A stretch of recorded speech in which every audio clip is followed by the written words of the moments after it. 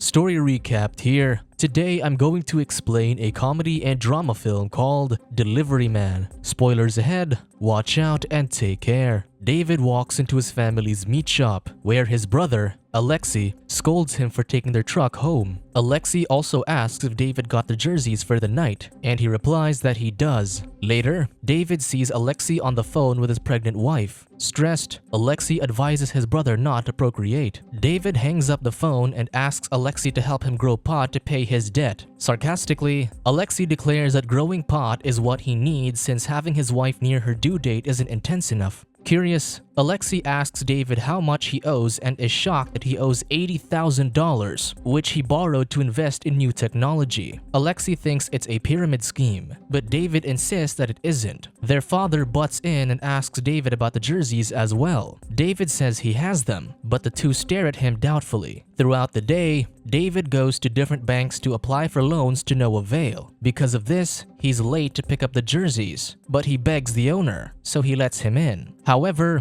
David ends up getting a parking violation. He gets another parking violation while he's buying gardening books later. Despite this, he assures his brother that he has the jerseys in the truck, but it gets towed that night. In the end, he's the only one wearing a jersey in their basketball team photo. Afterward, he visits his girlfriend, Emma. She wonders if he's hiding something in his apartment because she's not allowed to visit anymore, but David assures her that he's not. Suddenly, Emma says that she's pregnant. David is stunned and tries to be supportive, but Emma catches on. She decides to take care of the child alone because she doesn't need an unreliable partner like him. David goes to his friend and lawyer, Brett, and opens up about Emma's pregnancy. He explains that he was initially shocked and scared, but once those feelings went away, he started to think that the pregnancy might be a great thing. Given his stress with his own kids, Brett advises that Emma should end her pregnancy. David defends that he might want a kid, but Brett insists that David is a free man and wouldn't want kids since they suck up their energy. While having their conversation, his kids bug him, so Brett tells David that he doesn't have the skills to raise a child. Still, David thinks he needs order in his life. David later arrives home and finds an attorney named Mark Williams waiting for him. Thinking that he's there for the debt, David desperately pretends not to speak English. Having no time to play along, the attorney recounts how David sold his sperm 693 times between 1991 and 1996 under the pseudonym Starbuck at the Grabowski-Levitt Clinic. Due to complications, the clinic gave his sperm to all their clients, leading to David having 533 children, 142 of whom wished to know David's identity. Despite having a confidentiality agreement, the attorney explains that some of his children contest the legality of the documents, so they demand to know who Starbuck is. In his utter shock, David speaks in Spanish, insisting that he's not David Wozniak to force the attorney to leave. The next day, David meets up with Brett, who explains that David's children are contesting his right to privacy as a violation of their right to know their parentage, making the case quite challenging. Despite this, Brett is excited because such an odd case will allow him to leave his mark as a lawyer. He hands him an envelope containing the identity of the 142 children who hope to persuade David to meet them. Legally, Brett has to give it to him, but he insists that David shouldn't open it. Despite this, David returns home and opens the envelope. The next day, he goes to Brett and asks him to accompany him in visiting the one offspring that he read the profile of, a professional basketball player named Andrew Johansson. They watch Andrew's basketball game, and David cheers for him. When Andrew's team wins, David feels like a proud father. After the game, David brags that Andrew is an extension of himself. Brett shrugs it off and suggests pleading insanity so he can't be held responsible for his donations. However, David doesn't like the idea. Later that day, David plays basketball with his team more enthusiastically, having been inspired by his son. Afterward, he goes to Emma, who's a police officer. He declares that he officially decided to have a life and to convince Emma that he deserves to be their kid's father. One day, Alexei brags about how much he loves his child, advising David to have one, in contrast to what he said days before. This prompts David to announce that Emma is pregnant. At home, David pulls another profile of his child from the envelope. The following day, he arrives at a coffee shop and sees his other son, Josh, pissed about someone on the phone. David orders an espresso to go, but Josh makes his order rudely, so David reminds him that he's a barista and should be more polite to a customer. Josh lashes out, stressing that he's an actor who's missing the audition of a lifetime while working at that coffee shop.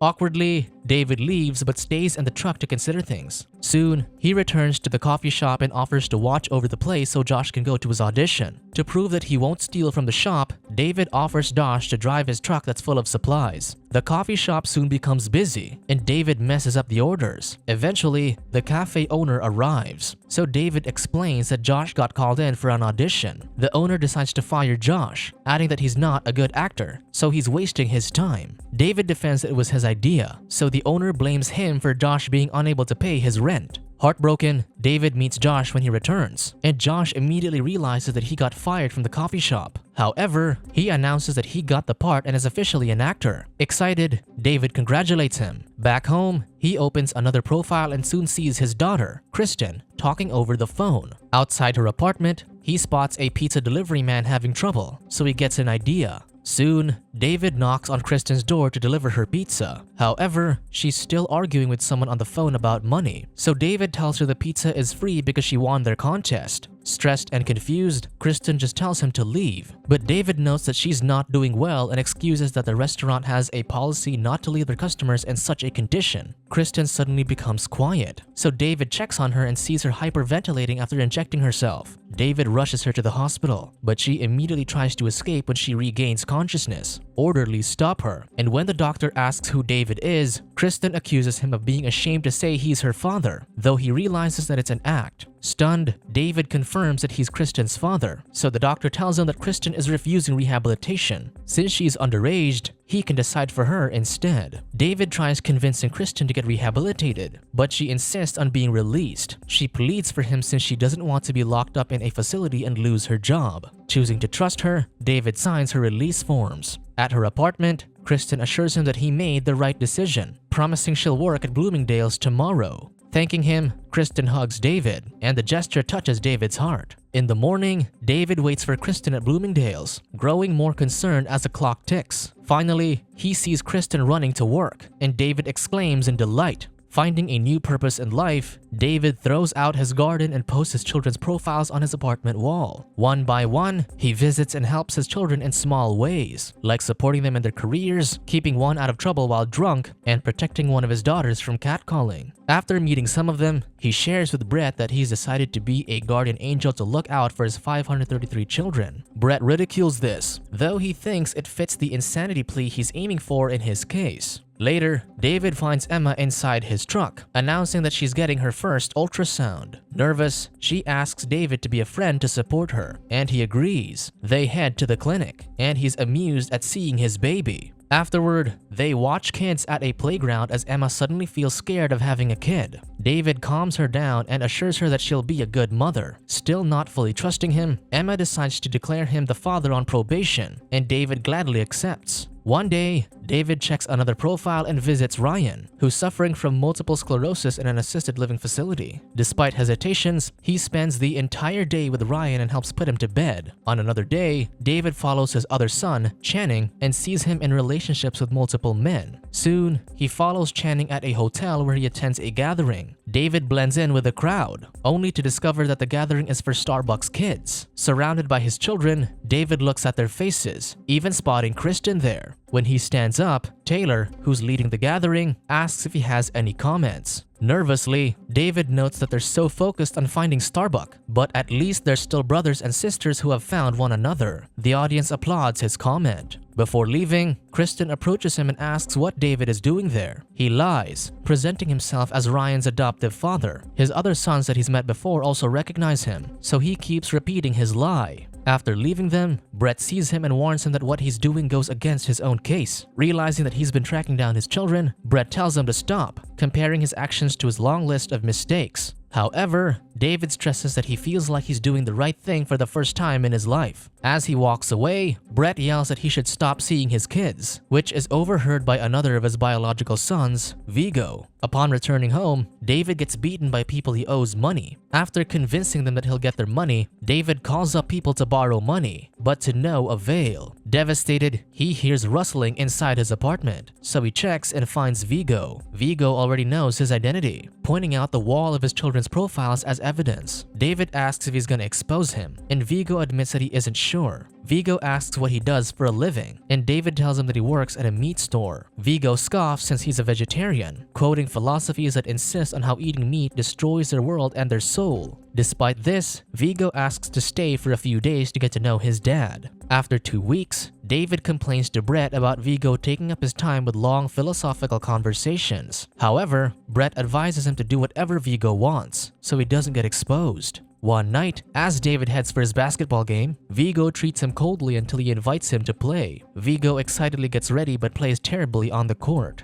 Afterward, Vigo invites him for another gathering of Starbucks children, but David declines since he has plans with Emma. David reminds Vigo that he also has a real family to go to, which offends the kid. Vigo insists that he and his other children are also his real family because they exist for real. That weekend, Vigo and David go on a hike, with David stressing that he stood up Emma to be with him. To David's surprise, they arrive at a campsite where all his kids are. David assumes Vigo will expose him, but Vigo clarifies that he intends to keep them all for himself. David bonds with his children, even giving them meat from the meat shop for barbecue. The half-siblings also bond together, not knowing that their father's already with them. Later that night, David brings Ryan to the camp to watch the sunrise with his siblings. After returning to the facility, he admits to Ryan that he is his father and promises to visit him again. The following day, Emma joins David's family for dinner. Their father recounts how he and his wife always wanted to go to Italy, but life got in the way. When his wife fell ill, David surprised him with an all-expense-paid trip to Italy with the entire family. He assures Emma that though David has flaws, he has his marvelous moments. After dinner, Emma wonders how David paid for their trip, so he reveals he got the money from his manual labor job. The following day, Brett tells David that the Starbucks kids camping is trending with extensive media coverage. Brett suggests they sue the clinic for substantial punitive damages, since overusing his sperm threatened his anonymity and made him a laughingstock. He assures him that the bad publicity is good for their countersuit and could earn David enough to pay off his debts. As David sees how the media ridicules Starbucks, however, he doesn't feel as confident. The next day, while shopping for baby supplies with Emma,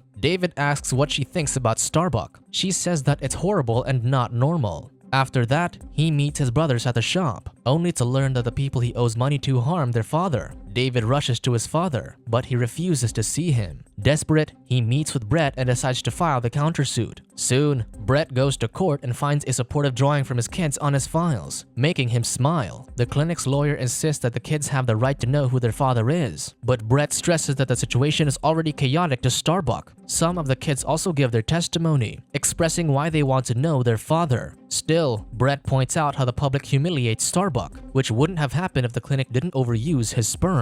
The defense lawyer closes his case by saying that the children didn't agree to anything, yet they're the ones directly affected. However, in his closing statement, Brett points out that without the anonymity clause, none of the children would exist. The following day at the court, the judge decides that Starbucks would remain anonymous and would be entitled to $200,000 in punitive damages by the Grabowski-Levitt Clinic. The reporters soon interview Brett, who's happy to have vindicated his client's rights but feels compassion for all Starbucks children. High on his victory, he congratulates David on TV and takes it back, saying that he's his lover. David then watches the reporters interview his children, who are disappointed but are sure that Starbucks will reveal himself if he decides to. Taylor adds that to them, Starbucks is someone who gives life and happiness where it's needed. At the meat shop, Brett is frustrated that his mother and children tease him about the slip-up. Feeling conflicted, David wonders if he'll lose the money from the countersuit if he identifies himself, which Brett confirms. At night, David admits to his father that he's Starbucks and asks for advice. His father recounts how he lived in poverty and went to the States with only $10 from his father. Despite this, his great fortune and success are to see his sons every day. With that, he gives David his inheritance from the meat store to pay off his debts. David smiles but worries that his kids will be disappointed that he's just an incompetent meat truck driver. Still, his father assures him that people are going to love him. The next day, he posts his confession on the Starbucks kids' social media page. Then, he goes to Emma's place, only to see an ambulance arrive at her apartment. At the hospital, Emma gives birth to their son, and David marvels at his new baby. The next day, David finds his children, brothers, and father visiting the hospital. After a big family hug, David proudly declares that he is their biological father and that they now have a little brother. Afterward, David goes to Emma and proposes to her. Emma says yes, and while they hug, David admits he is Starbuck. In her shock, Emma thinks David is only proposing to lessen the blow of his confession. She declares that David is no longer her son's father, but he tells her no one but him can change that he's a father. He admits that this experience is entirely new, but despite the drawbacks, he insists that having 533 children offers joy in vast amounts of free babysitting. David points out that it's a risk to confess this to her, but he's doing it for the sake of his kids. This is his proof that no matter what their son gets into, he'll be there for him. In addition, he tells her that the proposal was real. This finally convinces Emma, so she kisses him. David's children meet their new brother, and David bonds with his sons and daughters one by one. Subscribe to watch more videos like this. Turn on notifications. And leave a like, it really helps the channel out. Thank you for watching.